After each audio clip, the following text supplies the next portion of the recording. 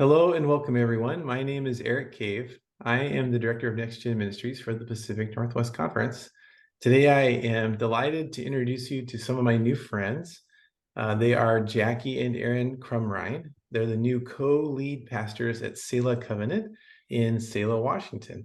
So, Jacqui and Aaron, thank you so much for being here. Please tell us a little bit about yourself, beginning with what is your personal and ministry backgrounds? I grew up in Goldendale, Washington, and then we've spent the last 23 years down in California, and God has called us back to Selah Covenant, which is an incredible blessing.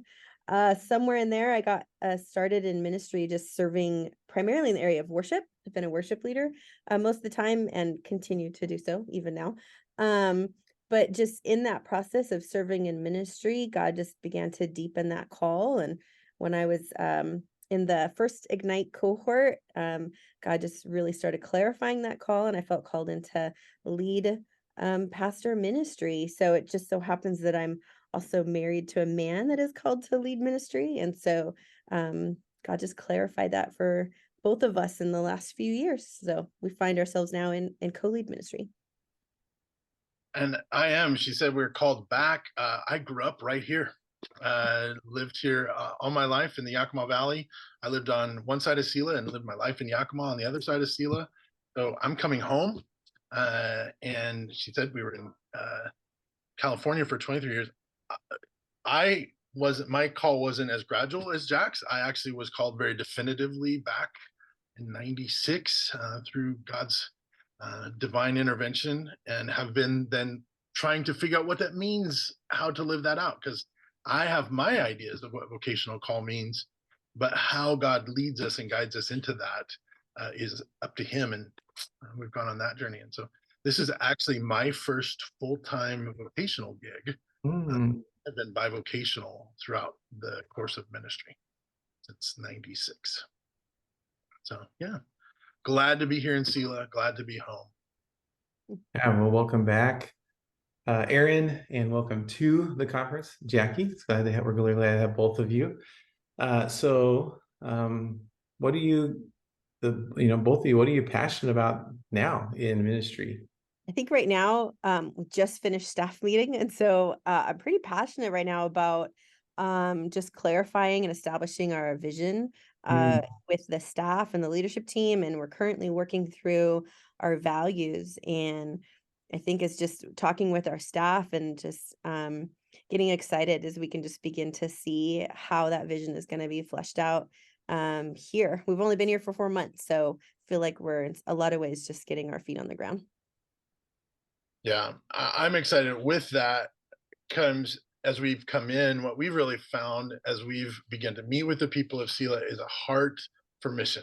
They want to Mm. connect with their community, they want to reach their community, want to do these things, and the heart is there. Mhm. It's the journey of how do we do those things, and so I'm excited because that's just what I love to do. I want to meet people. I want to be in the community. I want to be a part of the community. I want to be involved in the community because we become the light and the hope for the world. And so I'm excited about where we're at as a church, being able to be that light into our community. I sense the heart is there. It's always the question of how do we do that? How do we work that out? Good. No, thanks for sharing that. I'm going to surprise you with a question here, if you don't mind.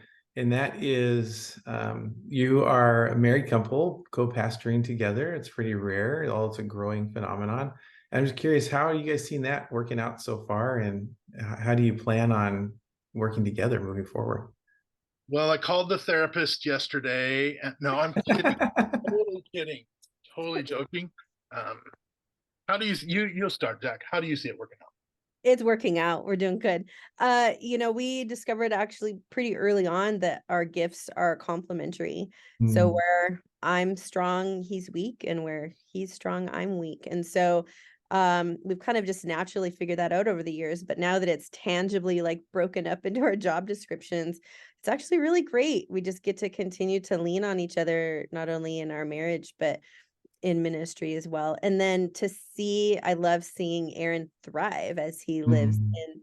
into his giftings, and I feel like I get to do the same. So, I think it's working out pretty well. Yeah. Yeah. I think it's working out well, and I've actually started to see some of the ideal as we have in our theology of affirming women and their call to ministry. We look at the Genesis and how we were created to be co-laborers and co-workers.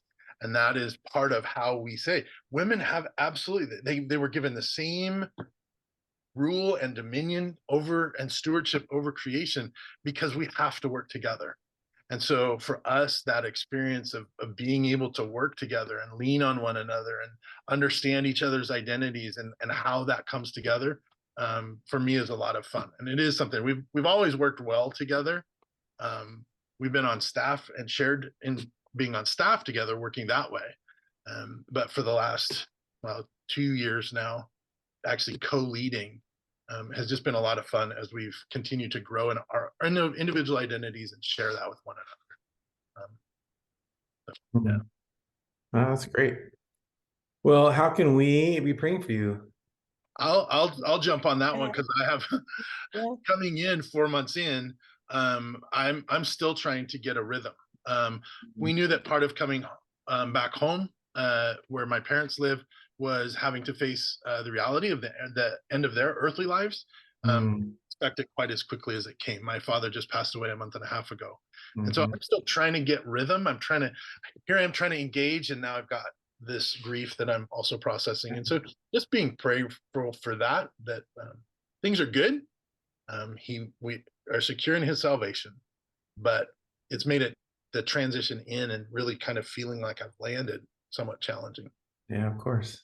Yeah, I would just appreciate our prayers in that as well, but also just in the context of leadership and ministry, that we would be effective communicators of our vision, and just rooting it biblically, that, people can just truly take root in the word. And I think, changing culture and establishing culture takes a lot of time. So I think that prayer is also just for patience for us as we just continue to co-labor together in sharing that vision and just seeing it lived out. So, you want to see things right away, but it's just going to take time. Yeah. Well, thanks for sharing that. I'll be praying for you. I hope our viewers will also.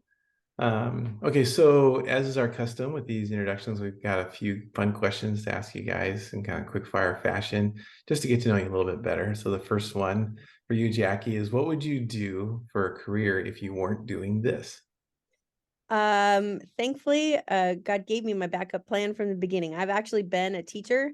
I have about 15 years of experience in the classroom at multiple age levels, but most recently I taught 6th grade for the last 2 years. Yeah. For some reason, I could see you as a teacher. So. The cool 6th grade teacher. Yeah, the cool 6th grade teacher. Yeah. Okay, Aaron, this one's for you. What is one thing you couldn't live without?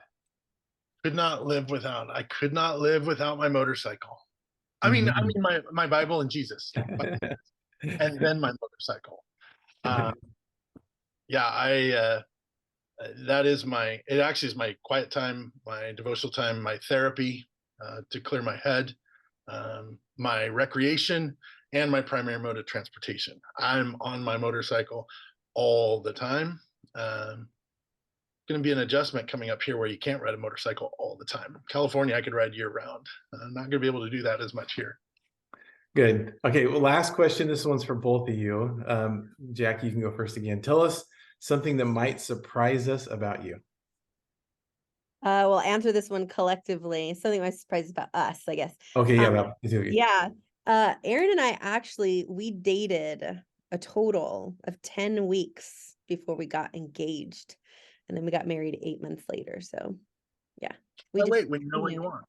We knew. Yeah. That is surprising. Good. Aaron, did you want to add to that? Something surprising about you? Something surprising about me.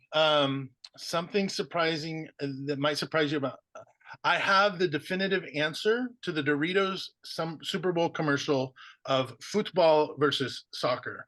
The definitive answer is football. Football is the world sport. It is the only sport, and there is no other.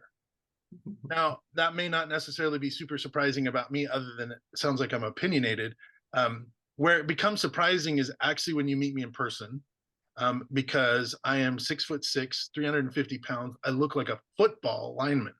And had I actually played, I probably could have been, a professional football player. But we play football, not football. That's great. Good. Well, welcome to the conference again to both of you. We're really glad you're here. Thank you for taking the time to share a little about yourselves with the rest of us. And I hope that you'll get to make a lot of really good connections in the coming months.